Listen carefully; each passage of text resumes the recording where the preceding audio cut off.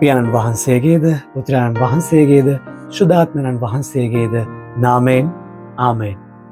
ක්‍රිස්තුතුමන් තුළ මා ප්‍රියාදර සහෝදර සහෝදරියනි ආදර දරුවනි, සාමාන්‍ය සමයේ දස සතරවන ඉරුදිනට තමයි ඔබ මම සියලු දෙනා පාතබා තියෙන්නේ. මේ ඉරුදින අප සියලු දෙනාම ජීවත් වන මේ කාල වකවානුවේදී අපි ගොඩාක් අයට සුලභව ඇසෙන වචන කිහිපයක් ගැන මා ඔබේ අවධානය යොමු කරන්නට කැමතියි.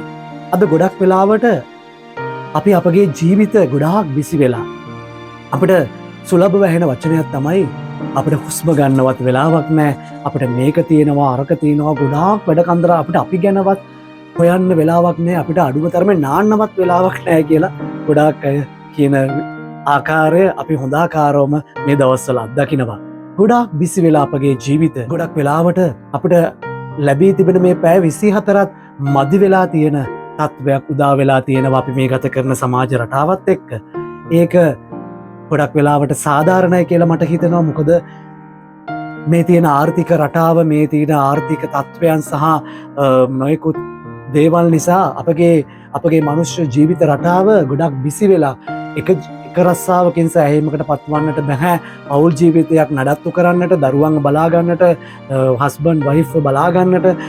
ඒ නිසා සමහරක් අය තාත්තලා රස්සාවල් දෙක තුන කරන්නට පෙළඹෙනවා. ඒ වගේම අම්මලා ගෙදරින් නැතුව අම්මලත් රස්සාවට යන්න පෙළඹෙනවා. මේ වගේ ලොකු බිසි ජීවිත රටාවකට, කලබලකාරී ජීවිත රටාවකට අද අපේ සමාජයේ ගොඩාක් අය පුරු වෙලා තිබෙන තත්ත්වයක් අපි අත්දකිනවා.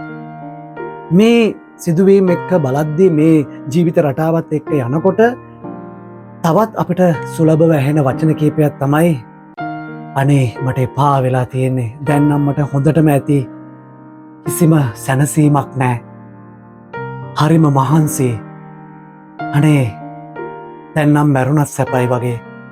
මේ වගේ කලකිරිච්ච නෙගටිව් වචන ගණනාවක් අපේ සමාජය තුළ අපට අසන්නට ලැබෙනවා, අපට අත්දකින්නට ලැබෙනවා. මේ වචන ඇහෙන සමාජයක ජීවත් වන ඔබට මට අද දවසේදී ස්වාමීන් වහන්සේ මේ දේ වචනය ශුද්ධ සුපුවතින් අපට හරි ලස්සන වචන කිහිපයකින් ස්වාමීන් වහන්සේ අපව අමතනවා, නිරන්තරයෙන්ම අපව අමතනවා. ඒ වගේම අද දවසේදී උන්වහන්සේ මේ ශුද්ධ මතෙව්තුමාගේ සුභාරංචියේ 11 වෙනි පරිච්ඡේදයේ 25 වෙනි වගන්තියේ සිට මේ 30 වෙනි වගන්තිය දක්වා දිගහැරෙන මේ ශුද්ධ සුපුවතේ අද අපිට උන්වහන්සේ කතා කරනවා, වෙහෙස වන බර උසුලන සියල්ලනි මා වෙත එන්න, මම ඔබට සහනය දෙමි කියලා. ඇත්තටම බැලුවොත් අපි ගොඩක් වෙලාවට අපගේ ජීවිත මේ වෙහෙස වෙලා බර වෙලා තියෙන්නේ, ඇත්තටම කිව්වොත් මේ ශාරීරිකව අත්දකින බරකට වඩා අපි ගොඩක් වෙලාවට අපගේ මනස, අපගේ සිත ගොඩක් වෙලාවට වෙහෙස කර වෙලා අපිට ඒකයි අපිට දැනෙන්නේ, අපගේ ඇඟට වඩා අපගේ සිත මනස ගොඩාක් දේවල් වලින් බර වෙලා, ගොඩක් දේවල් වලින් පිරීලා, සමහරක් වෙලාවට නෙමෙයි ගොඩාක් වෙලාවට අපිට අවශ්‍ය නැති දේවල් වලින් අපගේ ජීවිත පිරීලා, අපි ගොඩක් වෙලාවට මේ දේවල් දිහා හැරිලා බලන්නවත් අපිට වෙලාවක් නැත්තේ ඒකයි. අපි ගොඩක් වෙලාවට ඥානකාන්ති වලදී අපි කතා කරනවා, මේ ඥානකාන්තියක් කියන්නේ අපි ගොඩක් වෙලාවට චතාරික කාලෙදිත් අපි කියනවා නැවත හැරී බැලීමක් ගැන අපි කතා කරනවා. නමුත් අපගේ ජීවිත දිහාවත් හැරිලා බලන්නටවත් අපිට වෙලාවක් නැති වෙලා තියෙන්නේ මෙන්න මේ කාරණාවට. සහ අපගේ ඇඟට වඩා අපගේ මනස, අපගේ සිත ලොකු බරකින්, ලොකු කළුගලකින් බර වෙලා වගේ ගොඩාක් වෙහෙස වෙලා බර වෙලා තියෙන අත්දැකීමක ඔබ මම අනිවාර්යයෙන්ම මේ දවස්වලදී වගේම මේ කාලවකවානු තුල ගත කරනවා ඇති. මොකද්ද ඒකට තියෙන පිළිතුර? අපි ගොඩක් වෙලාවට කල්පනා කරනවා, ගොඩක් අයගෙන් අපිට ඇහෙන වචනයක් එක්කම අනේ මට නම් දැන් හොඳටම ඇති, මට හරිම මහන්සි, මට හරිම වෙහෙස කරයි, හරියට ප්‍රශ්න කොහොමද මේ වලින් මං ගැලවෙන්නේ, කවදා මේ වල කෙලවරක් අපි දකීද කියලා මේ වගේ නෙගටිව් වචන අනන්ත අප්‍රමාණ අපට මේ සමාජය තුළින් ඇහෙනවා. ඉතින් ප්‍රියාදර සහෝදර සහෝදරියනි, එයට පිළිතුරක් ස්වාමින් වහන්සේම දීලා තියෙනවා. වෙහෙස වන බර උසුලන සියල්ලනි මා වෙතට එන්න. සුදු අගෝස්තියනතුමා එක වරක් සඳහන් කරලා තියෙනවා, our hearts are restless until we rest in thee. අපගේ හදවත් අපගේ ජීවිත වෙහෙස කරයි, කිසිම රෙස්ට් එකක් නැහැ. restless. ඔබ වහන්සේ තුල අපි රෙස්ට් එකක් ගන්නකම්, ඔබ වහන්සේ තුල අපි සැනසීමක් ලබනකම්, ඔබ වහන්සේ තුල මේ හැම දෙයක්ම ඔබ වහන්සේට බාර දීලා ඔබ වහන්සේ තුල සැනසීමක් ලබනකම් අපිට කිසි සැනසීමක් නැහැයි කියලා. ඉතින් මෙතනම අපිට උත්තරේ දීලා තියෙනවා ස්වාමින් වහන්සේම. අපි ගොඩක් වෙලාවට මේ වෙහෙස, මේ බර අරගෙන අපි වෙන අය ගාවට යනවා. මේ වෙහෙස අඩු කරගන්න, මේ බර අඩු කරගන්න අපි වෙන දේවල් හොයාගෙන යනවා. වෙන දේවල් ගැන කල්පනා කරනවා. ගොඩක් වෙලාවට මේ දේවල්ම අපේ ජීවිතවල කාලකන්ණි කරන්න, අපේ ජීවිතවල විනාශ කරන්නම හේතු වෙනවා කියන දේ දැනුවත් නැතුවම අපි මේ දේවල් හොයාගෙන යන්නට පෙළඹිලා තියෙන කාලවකවානුක තමයි ඔබ මම ජීවත් වෙන්නේ. ඒ නිසා ස්වාමීන් වහන්සේ අපට අද දවසේදී මේ දේව වචනයෙන්ම ඒට අවශ්‍ය කරන වචනය උන්වහන්සේම අපට දීලා තියෙනවා. දෙවන දේව ප්‍රකාශනය තුල අපි බැලුවම අපිට කියනවා මාංශයට ගැතිව, මාංශික තෘෂ්ණාවල් වලට ගැතිව අපි ක්‍රියා කරොත් එය අපිට කිසි සේත්ම සාර්ථකත්වයක් ගෙන දෙන්නේ නැහැ. මොකද අපි මාංශයට ගැති වෙලයි අපි ක්‍රියා කරන්නේ. නමුත් උන්වහන්සේ අපට ආරාධනා කරනවා ආත්මයන්න් වහන්සේ තුල ජීවත් වෙනවා නම් ඔබ ආත්මීක දේවල් පමණයි කරන්නේ. එහෙනම් ඔබ ජීවත් වෙනවා. ඔබ මාංශයට ගැතිව ජීවත් වුණොත් ඔබ සම්පූර්ණයෙන්ම විනාශ වෙනවා. ඔබ මරණයට පත් වෙනවා. නමුත් ඔබ ආත්මයන්න් තුල ජීවත් වෙනවා නම්, ආත්මයන්ට ගැතිව ජීවත් වෙනවා නම්, ඒ ආත්මයන් වහන්සේගේ මඟ පෙන්වීම තුළ ජීවත් වෙනවා නම් ඔබ කිසිසේත්ම විනාශ වන්නේ නැහැ.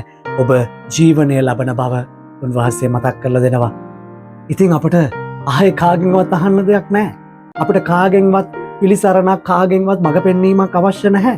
අපිට ස්වාමින් වහන්සේම ඔබට මට ජීවිතය දුන්නු, ඔබට මට හුස්ම දුන්නු, ඔබට මට තවමත් අපි කොච්චර පෞකාර ස්වභාවයේ හිටියත් අපිට ආදරය කරන, අපේ මොන තරාතිරමක අපි හිටියත් අපිට ආදරය කරන, නොවෙනස්ව ආදරය කරන ඒ ස්වාමින් වහන්සේම අපිට අවශ්‍ය කරන පණිවිඩය දීලා ඉවරයි. ඔබ ආත්මයන් තුළ ජීවත් වෙන, ඔබ මාංශයට ගැතිව ජීවත් වුණොත් ඔබ විනාශ වෙනවා. අනිවාර්යෙන් ඔබ මාංශයට ගැති වෙලා ජීවත් වුණොත් ඔබ මාංශයට ගැති දේවල් විතරයි ඔබ කරන්නේ. ඒ තුළ ඔබ විනාශ වෙනවා අනිවාර්යෙන්. නමුත් ඔබ ආත්මයන් තුළ ජීවත් වෙනවා නම්, ආත්මයන් වහන්සේගේ මඟ පෙන්වීම තුළ ජීවත් වෙනවා නම් ඔබ කවදාවත් විනාශ වෙන්නේ නැහැ. ඔබට ජීවනය ලැබෙනවා. ඔබ ජීවනය කරා යනවා.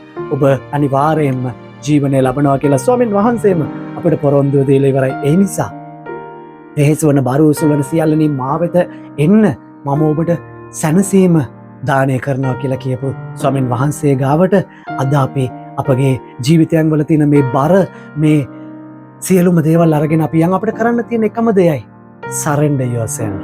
ඔබගේ ජීවිත උන්වහන්සේට බාර කරන්න. surrender yourself. ඔබගේ ජීවිතයන් වල තියෙන මේ බර අරගෙන ස්වාමින් වහන්සේ ගාවට යන්න විතරයි තියෙන්නේ. ඒ ස්වාමින් වහන්සේ ගාවට යන්නේ කොහෙද? ඔබ ඒක හොඳාකාරවම දන්නවා. ඔබේ බර අරගෙන, ඔබගේ ඒ වියගහ අරගෙන ස්වාමින් වහන්සේ ගාවට යන්න අපිට තියෙන එකම මාර්ගය යාඥාව, පෞද්ගලික යාඥාව. ස්වාමින් වහන්සේත් එක්ක කතා කිරීම, ස්වාමින් වහන්සේත් එක්ක සම්බන්ධ වීම පමණයි අපිට තියෙන එකම මාර්ගය. යාඥාව තුළ ස්වාමීන් වහන්සේ ගාවට යන්න ඔබ මොන දෙයක්වත් කරන්නට අවශ්‍ය නැහැ. ඔබ ගිහිල්ලා ඔබගේ බර, ඔබගේ වියගහ උන්වහන්සේට බාර දෙන්න. surrender yourself. බාර දෙන්න. ඔබගේ සියලුම දේවල් උන්වහන්සේට බාර දෙන්න. උන්වහන්සේගෙන් ඉල්ලන්න. ඔබ වහන්සේ අපට දුන්නු පළවෙනි තෑග්ගය, ඔබ වහන්සේගේ උත්ථානයත් සමග ඔබ වහන්සේ අපට දුන්නු පළවෙනි තෑග්ග සුද්ධාත්මයන් වහන්සේ දානය කරන්න. ආත්මයන් තුළ මඟ පෙන්වීම අපට දානය කරන්න. ඒ ආත්මයන් වහන්සේ තුළ ජීවත් වෙන්න අපට කියලා දෙන්න කියලා ඉල්ලන්න. එච්චරයි ඔබට කරන්න තියෙන්නේ. ඔබගේ සියලුම දේවල් උන්වහන්සේට බාර දීලා ඔබගේ බාර සැහැල්ලු කරගෙන ඔබ සැනසීම ලබන්න. ඔබට අනිවාර්යයෙන්ම ඒ සැනසීම, සුවේ, නිදහස ඔබට අනිවාර්යයෙන්ම ලැබෙනවා. ස්වාමීන් වහන්සේම අපිට මේ පණිවිඩය දානය කරලා ඉවරයි. ඒ නිසා තවත් මෝඩ නොවි, තවත් අඥානයන් නොවි, තවත් මෝඩකම් කරන්නේ නැතිව අපි අද දවසේදී හරි තීරණය ගනිමු. අපි කා වෙතටද යන්න ඕනේ? අපි කාගේ මඟ පෙන්වීමද අපි ඉල්ලන්නට ඕනේ? කාගේ මඟ පෙන්වීමද අපි අයදින්නට ඕනේ? කා ළඟටද අපි යන්න ඕනේ කියන දේ සුද්ධෝදය වචනේම අපිට ස්වාමීන් වහන්සේ මතක් කරලා දෙනවා. උන්වහන්සේ කියනවා මාගේ වියගහ කරට අරගෙන මගෙන් ඉගෙන ගන්න. මගේ වියගහ පහසුයි, ඒ බරද සැහැල්ලුයි කියලා උන්වහන්සේ අපිට මතක් කරලා දෙනවා. ඒ නිසා අද වෙහෙස වන, බර උසුලන, තැලෙන, පෙළෙන, විඳවන අපි හැම කෙනෙක් වෙනුවෙන් අපි ආඥා කරමු ඔවුන් සියලු දෙනාට ඒ හරි අවබෝධය ශුද්ධාත්ම මඟ පෙන්වීම තුළ හරි අවබෝධය ලැබෙන්නට කියලා. අපි හැම කෙනෙක් වෙනුවෙන්ම අපේ ජීවිතයන් වලට යාඥා කරනවා වගේම අප වෙනුවනුත් හැම කෙනෙක් වෙනුවෙන්ම අද දවසේදී අපි යාඥා කරමු. ස්වාමීන් වහන්සේ ඉදිරියේ ඒ හැම කෙනෙක්ටම ඔවුන් ප්‍රාර්ථනා කරන ඒ සහනය සැනසීම හැම කෙනෙක්ටම ලැබෙන්නට කියලා අද දවසේදී අපි විශේෂාකාරයෙන් යාඥා කරමු. ඔබ සියලු දෙනාටම ජේසු පිහිටයි.